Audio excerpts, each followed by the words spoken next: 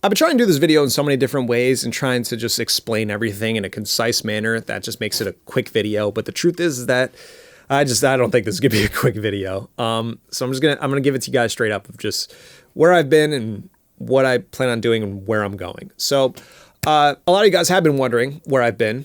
A lot of you DMing me asking if everything's okay. Some of you guys asking about my mental health, and I'm totally fine on the mental health end. You don't have to worry about that.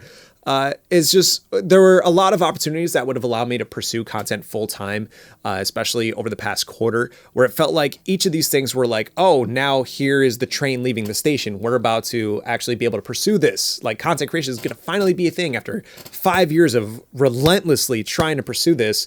It's actually going to be fulfilled.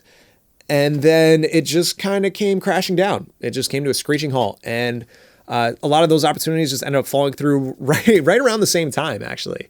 One of those opportunities being the YXL project with NYXL. Unfortunately, I'm not one of the finalists, but that doesn't mean that I'm not incredibly grateful for NYXL for that absolutely incredible experience that weekend. And of course, the other content creators that were there, met some absolutely incredible people, some friendships that I think I'll have probably for the rest of my life. And of course, congratulations to the winners. You guys absolutely deserve it. Incredibly talented people. But after that weekend and after hearing the news, it forced my hand into trying to be a bit more introspective about my career, what I am doing, what I should be doing, and how it's affecting the people around me. Now, obviously, as a content creator, unless you're at the top percent, it's not the most lucrative career. You could try to make it as much as you want, but especially when you think about having to have a wedding next year and thinking about starting a family. I mean, those kind of things make it a lot more difficult when you're trying to pursue content full time and trying to make this a thing and giving your all into it. And so I had many long nights, late nights with my fiance, especially over the past month, talking about what I want to do with the rest of my life and how this fits into it.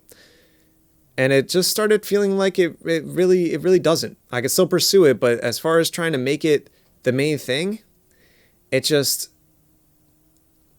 was time to go back to the drawing board. So naturally, when we did that, I started focusing on freelance graphic design full time. Now, I was already doing a little bit of freelance beforehand, but I was making content my main priority. Now, for the past month, I made freelance graphic design my absolute main priority, especially that it was going to be something lucrative. Definitely made it much more fulfilling than any time as a content creator did. But the fact that I started making some of the best designs that I've probably ever made, some of my most favorite designs that I've made in my entire life, and in a way where I could have a consistent schedule that was sustainable and something that I could actually see myself doing for the rest of my life, I got emotional. And the fulfillment that I would get from it was almost palpable. And you can't really get that anywhere else. It's not even comparable to all the time that I spent trying to create content and turning that into a career. So hearing that, it's like, well, where do you stand? And well, I definitely am going to continue to pursue freelance graphic design full time. I mean, that's obviously going to be the smartest decision, not only financial wise and for the people around me, but I think for my own sanity. But that doesn't mean that I want to give up content fully. I just needed this month to kind of give a break and just see how far I could go with freelance. And it turns out that it is something that I could genuinely do. But for content, I think it's something that I definitely want to do maybe like once or twice a week, rather than trying to make it my main priority. It's definitely going to be graphic design is my main priority. First things first, freelance graphic designer, focus on design first.